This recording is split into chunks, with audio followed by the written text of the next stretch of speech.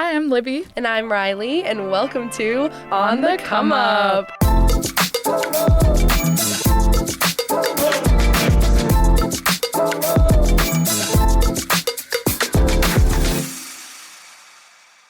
As young professionals ourselves, we're constantly striving to connect and uplift young people in the Toledo community.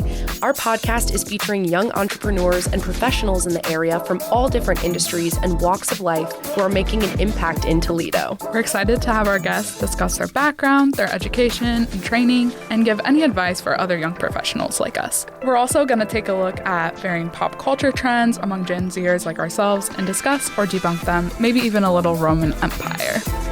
You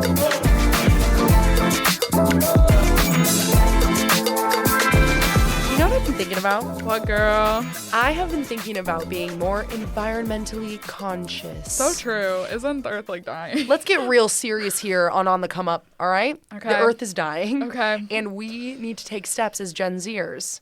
I know, we're starting Very out true. strong here, you guys. For me, one thing that I like to do to really, hone in on that conscientiousness is I like to go through my recycling and then look at my friends' recyclings and make sure that there aren't any contaminants in there. Because, sure. One bad piece can ruin the entire whole batch. yeah. The whole batch. And then all that effort was for naught. All that cleaning out the cans and cleaning out all your stuff, what was it for? Right? And I What know. do you do, girl? I know thrifting is big, but it is Real. great. A good way to avoid all the fast fashion. Oh, yeah. No, I definitely think thrifting is a really fun way. Like, you can enjoy it with your friends while also being environmentally conscious. Look at you, We love Libs. it. We love that. Today's guest knows a thing or two about environmental consciousness. Today we have Ellie Schiappa. What's going on? Hey guys. How are you? I'm good. We're so excited to just be some girls yapping today. Yeah, stoked to be here. Thanks for having me. Well, what's so interesting, too, is Libby and I have kind of gone through all the guests we've had so far, and we haven't had anybody remotely close to your industry, so we're really excited to dive deep into all things environmental conservation, babe. Yeah, It's great.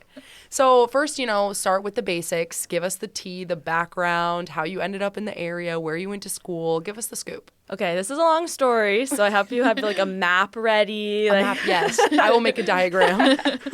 So I grew up in Western Pennsylvania, in a small town about an hour north from Pittsburgh. I know everybody from Western Pennsylvania usually says that, but about halfway between Pittsburgh and Erie is a small town, and I was like so ready to get out of there when I graduated from high school, and I was looking for colleges literally anywhere but Pennsylvania. Real.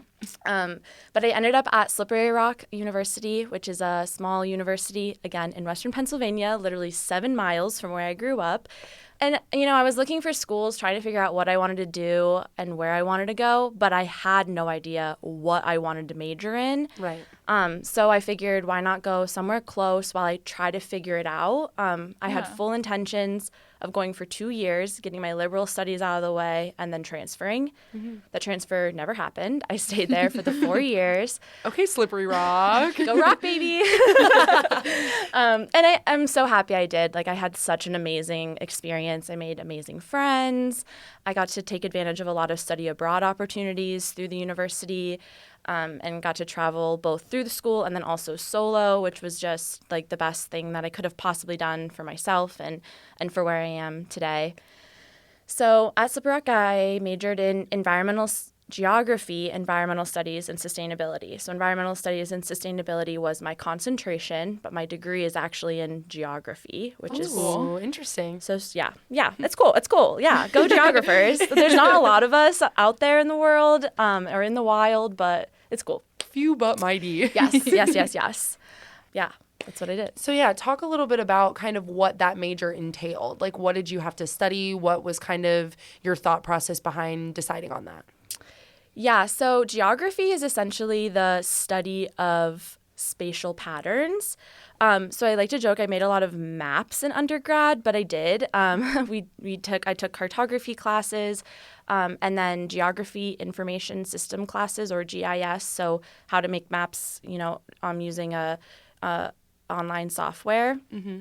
And then I also took some human and cultural geography courses, and that's what the courses that I loved the best. So that was really studying spatial patterns among humans and in human culture. So That's really interesting. yeah, so I was really on like the human side of geography and in the environmental studies world. For sure. Yeah, I studied sociology, so that like seems like there'd be some connections there. Yeah, and honestly, I had no idea that was even a piece of environmental work. Right. So growing up, both my parents are environmental scientists. My dad is a geologist. My mom is a geologist paleontologist. So my Okay, whole Ross Geller. Sorry, Friends reference had to. So growing up, my whole life was centered around like the physical features of the earth and environmental science related things. So like every family vacation we would go on, it was focused on whatever physical feature was present in that space. So either it be like, let's go look at these volcanoes, or let's go look at these glaciers, or we could be on a road trip and my parents would just pull over on the side of the highway to look at an outcrop of rocks. And so and at the dinner table, it was all about rocks and minerals. And okay, that might sound kind of cool. And like in hindsight, it was really interesting. But growing up, it would just go in one ear and out the other. So environmental work to me was so boring. Fair. And I didn't want anything to do with it. Sure. But in undergrad, I was dabbling in different majors, trying to figure it out. I was like in a communications major. I tried a public health. Like I was trying all of the things. And then my sophomore year, I had just coming back from a semester off. I took a semester off and just traveled for a bit to just get some perspective on life. I was just really burnt out of school and, again, of where I was living. And I was sitting in an environmental problems class. And I'll always remember, like, sitting in the auditorium that the course was in and realizing that there was so much more to environmental work than the physical science side of things, and that I was really passionate about it. And so it was just kind of like a really like eye-opening moment in that course of, oh, there's so much more work that could be done. I'm so passionate about this information and this topic. So why am I fighting against it for kind of no reason? Like, Right. I was just being stubborn, really. No, I get that, though. I mean, I feel like when your parents do something, sometimes you kind of want to rebel against it. I mean, For trust sure. me, going into journalism was a hard pill to swallow, man. Like, I did not want to be little mini Chris, but I had to, so I get it. But, I think that's so interesting, too, how your courses kind of shaped what you wanted to do with that. And it's not like you're doing exactly the same thing. You're striking out in your own different way, which is really nice. For sure. So what got you interested then in the conservation sides of things, which is what you're doing now? Yeah, so originally when I first declared environmental studies, I was also like in my communications classes. So upon graduation, I had full intentions of actually going into environmental communication, growing up with environmentalists as parents, but then living in a very small town, I really saw kind of that gap between communication from scientists to the general public. So I really wanted to go into environmental or science communication. But after I graduated, I moved to Vermont and I served in AmeriCorps for 2 years, doing a bunch of different things. I had 2 terms of service. The first year was with the Department of Environmental Conservation, and there I was doing some environmental communications work and then also some environmental justice work. But then my second term, I served with the Vermont Housing and Conservation Board partially, and then another part of my service, I was with the Vermont River Conservancy and the Friends of the Winooski River. And working with those 2 organizations was the first time I got a taste of conservation work, and I was actually on the ground working with community members, landowners, and other just passionate individuals working on conservation and working with, different elements of conservation. So whether that be some restorations or river protection. So working in that AmeriCorps service was really what introduced me to this idea of what conservation and preservation of land even meant. I had no idea kind of before that. And so that's what really sparked me moving into that direction, and it created more questions. I went to grad school, and now here we are, actually working in conservation in the field. Yeah. I mean, talk a little bit about grad school, too. I mean, give us some insight on what you did there and where you went and all of that. Yeah. So after AmeriCorps, if you don't know what AmeriCorps is, it's essentially Peace Corps, but the domestic version. So replaced with organizations that are in need of some more capacity or just more help on the ground. So after that, I mean, they're temporary positions, they're 11 months of service and then you're looking for the next thing. And after that, I was so not ready to get a big girl job at all. And so what was the natural next step? Grad school. Real. And so I went to Michigan State and got my master's of science in community sustainability. And the program was just really awesome. It was an interdisciplinary degree. So the people and the other students that were in the program did a variety of things. So there was conservation through Parks and Rec. So my advisor was a Parks and Recreation professor. And so my research was based in Parks and Rec. But then there was other students that were focused on like food security, agriculture, some resilience work, socioeconomic work. Wow. So they were really focused on this idea of sustainability and this all-encompassing idea of sustainability. So not just the environmental leg, but everything else that makes a community sustainable. Yeah, so you're really exposed to like a lot of different perspectives then. Yeah, it was super cool. And it was also a super international program. So like there was literally people from all over the United States, all over the world, just kind of there studying about basically how to make the world a better place. Right. That sounds like a great experience. Yeah, man, I can't even imagine. And so obviously after grad school, you ended up here. Now you're working with the Black Swamp Conservancy. So talk about that path, how you ended up in this job, and then, why did their mission in particular resonate with you? Yeah. So I was looking for jobs, as you do, finishing up a degree, and I'm like, okay, now it's time. Like, I actually have to get a job. The hard part. Yeah, right. I have to finally commit. Like, I was like 26 or whatever. Like, okay, it's time. Real. And so I was looking for jobs just in the area. I loved living in Vermont, but it was really far away from a lot of my friends and my family. So it was nice to be a little bit closer. Mm-hmm. My work with the Vermont River Conservancy in Vermont really inspired me to look for similar organizations. So similar conservation organizations that were doing similar things. And so this position opened up with Black Swamp at the same time that I was looking for jobs. So it seemed so perfect. Yeah. And I applied and they brought me on, which was really amazing. Man, that's awesome. That's kismet for sure. Yeah.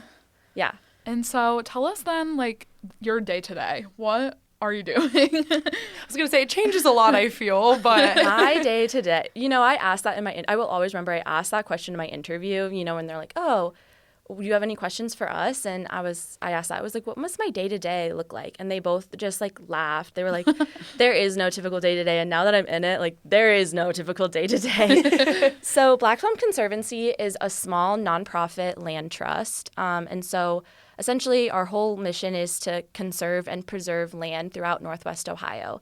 Mm-hmm. Our ultimate mission and goal is really through this conservation of these lands, is to improve water quality in the greater West Lake Erie Basin. And we do that in a multitude of ways. We do that through conservation easements. We do that through purchasing our own land and managing them as nature preserves. So right now we have about 13 nature preserves that we own and manage. Oh, wow. And then we also do some habitat restoration work. And so that literally looks like we'll purchase or we'll work with another landowner who owns land and wants to restore it. Mm-hmm. And we'll restore it back to natural habitat, so back to native prairie or into a wetland. That's really cool. Yeah, so we do a lot. We wear a lot of hats at the Conservancy, and there is a strong 6 of us. We just hired a new marketing person, so there'll be 7. But nice. We're a very small staff, and so it takes all of us to make things run at the Conservancy. We have about 165 conservation easements, and I'm on the conservation easement side of things. So I run and manage our easement monitoring program. And then work with all of our landowners that hold easements on their land. A conservation easement is... I was about to say, I might be dumb, but let's run it back a second. No. Sorry. Conservation easement is a perpetual land agreement that will write in conjunction with a private landowner. And that agreement is placed on their land, and it's there for literally ever. You can't really get rid of it. So if the property is sold or transferred, the easement will go with it. And essentially the easement restricts the use of the property to protect the conservation values or the ecological values of the land. So so we work with a variety of landowners, from farmers to public parks and other entities, that's and cool. to essentially just try to protect this land for forever. So like I said, we have about 165 easements now, and we've preserved over 22,000 acres, which is crazy. Wow. Wow. Especially when you're thinking of the size of your team so small. Like, that's really impressive. So Yeah. that's great. Do you have a favorite part of your job, of your day-to-day? I think, I've gotten to see some really cool places in Northwest Ohio. As somebody from Western Pennsylvania, I didn't expect some parts of Ohio to be as beautiful as they are. So that's been really cool. I spend like half of my days out in the field visiting our easements. So as a part of our agreements, we have to visit the properties once a year. And so I run that monitoring program. We have a small group of volunteers that helps us with it, but it's mostly me that's going out to the properties and visiting them, talking with the landowners. We also work with the landowners, so if they want to make any changes to the land, a lot of those changes will have to go through us, through an approval process. Or so I run that approval process. So landowners will give me a call or shoot me an email, request a change, and then I can kind of go through that with them to make sure that it's not going to impact the property or it doesn't go against the terms of their conservation easement. So so it's just been really cool. Like, I've just gotten to meet a lot of people, see a lot of cool places. And then our team at Black Swamp Conservancy is just so cool. I mean, it's amazing to be surrounded by such passionate environmentalists that are just, really working towards the preservation of Northwest Ohio and improving Yeah, no, that's wonderful. And I have to say, for me and Livy, too, it's especially fun to kind of hear about your day-to-day, because sometimes we'll receive Snapchats from you where you just say, digging a hole outside, and we're like, what does that mean? We really do it all. I just love it. And I think that's fun. You have a variety. Some days you're at the computer working on something. Other days you're out talking to people. Some days you're digging a hole in the dirt, man. Yeah. That's great. And I love that. I truly never know what to expect walking into my office, Right. Like, I could just have kind of like a mundane day, like clicking, clacking on my keyboard or making silly little maps, or, I don't know, I get a call that a tree's about to fall on somebody's house and they need me to come check it out and I have to rush over there, so. Man, that's fun. You just never know. Yeah, it keeps it interesting. Yeah, You want to come tend to my trees and plants? Happily. But no, you mentioned a lot about how your coworkers are so passionate, similarly to you. And I think one thing that all of us as Gen Zers need to be is more passionate about environmental conservation. And so I'm wondering, from your perspective, what other Gen Zers can do, like what tips do you have for us to be more environmentally conscious? I think there's just a few things. I mean, there's the classic recycle or compost or whatever. Right. But I think the biggest things right now for everybody is, one, to just be aware of the environmental issues that are impacting your area and being willing to raise your voice, write a letter to your local representative or whatever it might be, be ready to advocate for those issues, since, it is a global issues that we're facing. The other thing is that a lot of these conservation organizations like ourselves really rely on our community to get the work done that we need to get done. Yeah. And so for everybody, being willing to donate either time or money, if you have that available to you, is so appreciated. We run on donations and our volunteers. Like, we would be nowhere without volunteers. Right. Yeah. And so, finding some way to give back to these local organizations that are doing the work. There's a lot of organizations doing the work on the ground. For sure. But just having the support of our community to get that work done means the world to all of us. So I think those are kind of, those are like really the big things. I mean, it seems so small, like, even the smallest little bits of just helping out an event or tabling something or, sending a letter to your representative about how awesome some of the organizations are and keep the funding going just means so much. Yeah, I love that. That's wonderful. Well, you're here to volunteer. I know, right? I'm like, get out in the community, be environmentally conscious, please. But you outside of your work, you're so well traveled. You've had a lot of life experience. There is one part of your life that I do really want to talk about, and it's the fact that you are also a yoga instructor outside of your Black Swamp work, which I think is really awesome. So, talk a little bit about your journey with yoga, which I do also have to say, I love the connection of how much you love the earth and how you are so dedicated to the environment, and then also being a yoga instructor. It just feels like those two things just go so hand in hand. Yeah, I definitely see those intersect, right? Like For you sure. see that intersect a lot. Yeah, sure. My yoga journey started a long time ago. I was involved in some other athletic things throughout college, but my mom is also a yoga instructor, and she teaches at a local studio where I grew up, and she always was trying to get me to go to yoga with her. Right. So I finally gave in, and I went to a couple classes, and I really did love it, and I loved the community that was built at the studio. So when I moved to Vermont, I was really hoping to join a studio and just meet people. I was living in a brand new state and brand new community, and so while in Vermont, I had joined a studio. I was loving it, but then COVID hit, and we weren't in person anymore. And so the studio at the time, the owner of the studio, she actually started a teacher training program virtually. And I was like, well, what the heck? We're literally not doing anything else. I might as well just get involved in this and, spend my 2020 lockdown learning how to be a yoga teacher. Right. And yoga teacher training honestly turned into something way bigger than I thought it would ever. I thought it was going to be, how do I teach yoga? And I'm doing air quotes. I know you can't really see them, but teach yoga. But it really just helped me dive deeper into my practice and myself, which was just like such a gift that I wasn't expecting at all. So since then, I'm just about to wrap up my teacher training, my 500-hour teacher training, actually, which is insane, 500 hours. And I'm still teaching and involved with my same yoga community, but online. So, we were doing some in-person stuff once the lockdown lifted, but then I moved to Michigan and now to here in Ohio. So I'm still involved virtually. I teach some classes online, but I also do teach sometimes for private groups or individual groups as well. So Right.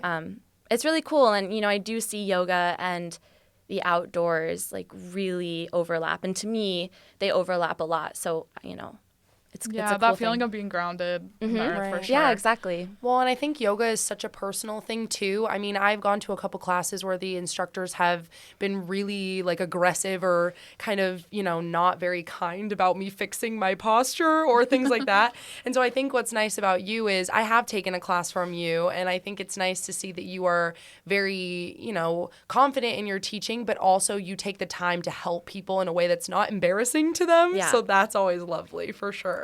Do you have a specific type of yoga that you like to do more than others? Are there any that you kind of think are, that you could debunk, I guess, as being good yoga practices? What do you think? For sure. So I was trained in Ashtanga yoga, which is a school or a lineage of yoga. And honestly, practicing at home and getting to know my practice on a totally different level versus being in a studio and being so stressed about the people around me and if I'm doing the right thing, practicing at home made me just be by myself on my mat, just focused on whatever felt good in my body in the moment and not stressing if I was doing the right or wrong thing. Definitely. And I come from a kind of a competitive athletic background, and so that was a really hard thing to, kind of debunk in my head and try to figure out why I'm not competing with other people. I'm just doing what feels good. That makes sense. And yeah. so that's really been reflected in my teaching now. So I used to really love power yoga and hot yoga and trying to get the best workout in. But really studying the practice and has made me come to understand that it's more than a workout. Yoga is what happens on the mat and off the mat. And I try to translate that in my teaching. I just really try to translate, do what feels good in your body. Nobody cares what you're doing. I don't care what you're doing. I don't really see myself as a teacher per se, but more as a facilitator in my classes. I'll give you suggestions. This is what I think we should be doing. But if that's not what you want to do, that's okay. If you want to lay down and close your eyes because you've had a long day and you just want to chill, sure, that could be your practice for the day, Right. So, No, that's beautiful, though. Yeah. That's really nice. I know, I'm I'm going to come take a class. No, yeah, literally. I think just trying to unpack the idea that yoga is a workout and more as this practice to help you ground and you feel the way that you need to feel both internally and externally to the world is the biggest thing that I think anybody could take away from doing any type of yoga education, I don't know, yoga training. For sure. No, that's really beautiful. Well, you heard it here, man. Chris, get ready. We're going to do a yoga class. Okay, so I have to know, are you like a houseplant person? Obviously, working outside. You would think I am. I am so bad with houseplants. I have a couple that I've been able to keep alive. And I don't know. Like, I just can't.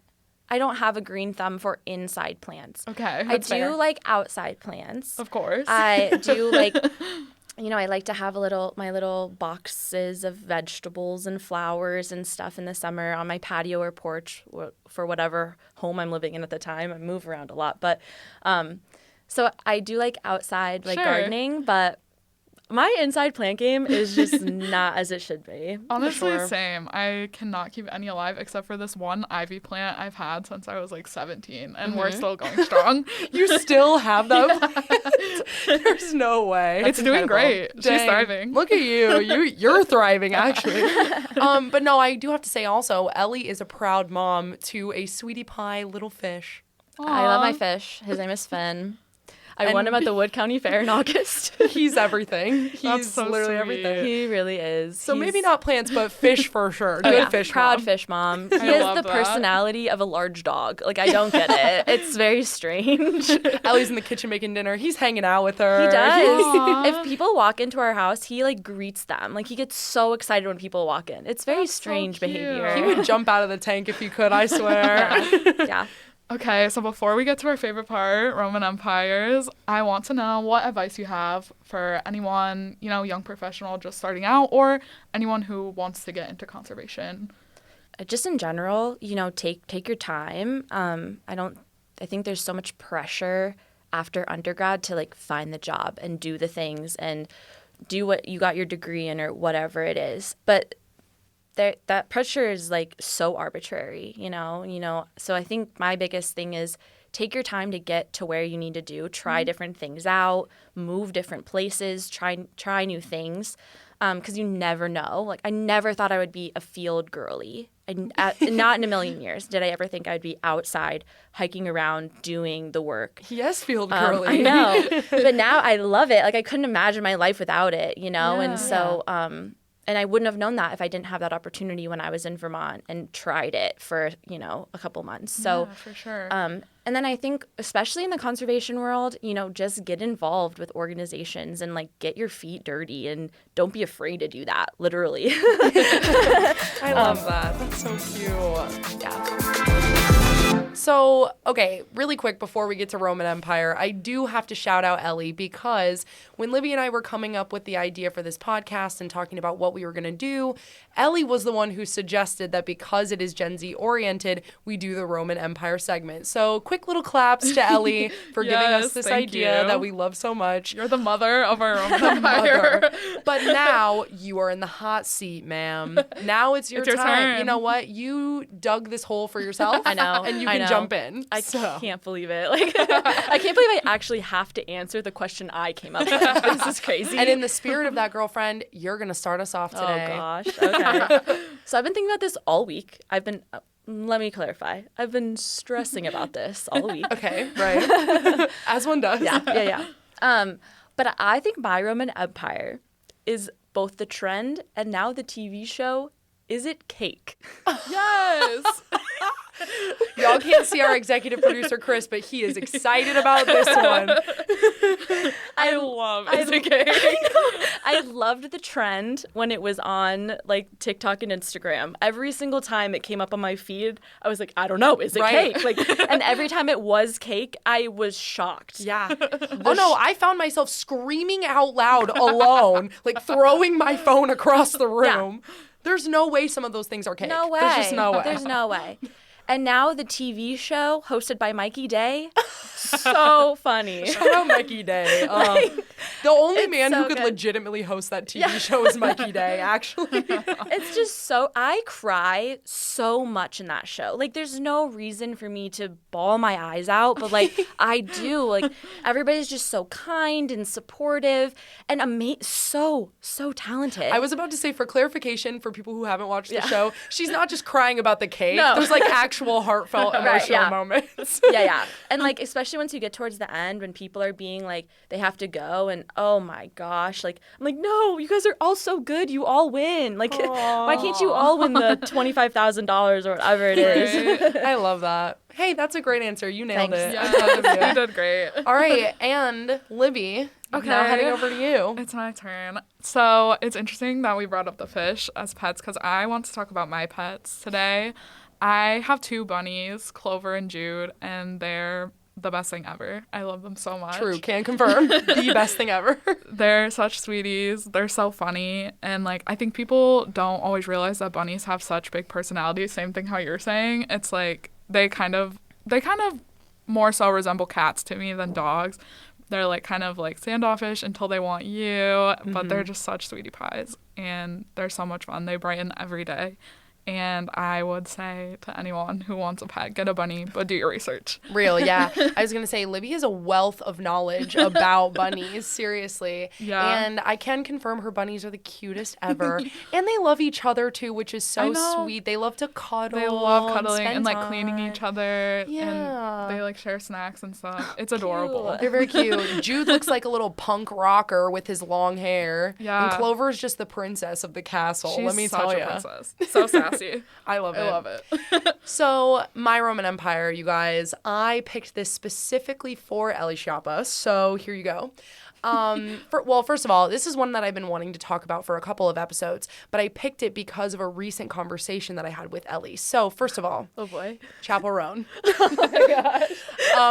If y'all don't know Chapel Roan, let me put you on. Yeah, Like, right. you should. You're wrong. She is the moment. She is everything. I think a lot of new artists sometimes kind of get washed up in the TikTok trendy, like really trying to hone in on that like stereotypical pop sound.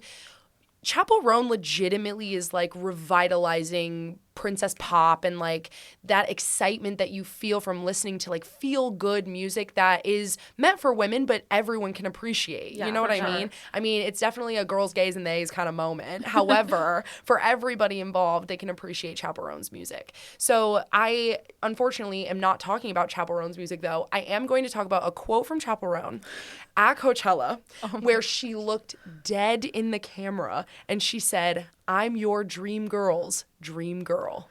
And that has sat with me for so long. I went to Coachella, so I did see the whole Chapel Roan moment, but I will tell you that quote is crazy because it's true. Yeah. I'm sorry, literally all of these people out here with dream girls, they love Chapel Roan. They don't love you. Yeah. They love Chapel Roan. Facts, Okay? facts. So let's Iconic. be so real about it.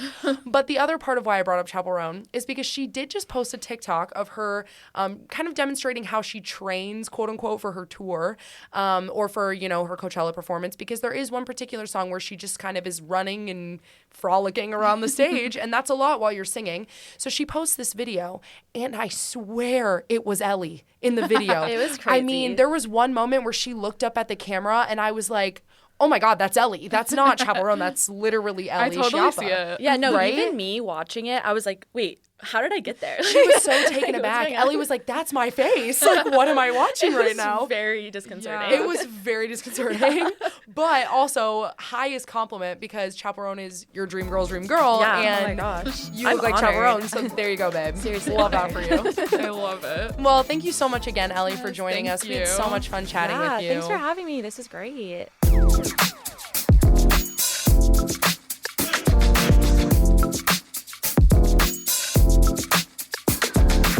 We want to thank Ellie Schiappa, our guest on today's show. We're your hosts and producers, Libby and Riley, and our executive producer is Chris Piper. If you have any questions, comments, or you just want to listen to us again, go to wgte.org/comeup or wherever you stream your podcasts.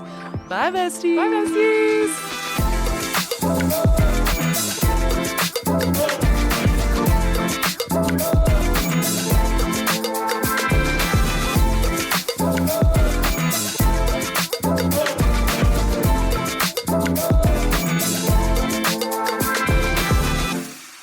WGTE. Voices around us. WGTE is supported in part by the American Rescue Plan Act funds allocated by the City of Toledo and the Lucas County Commissioners and administered by the Arts Commission.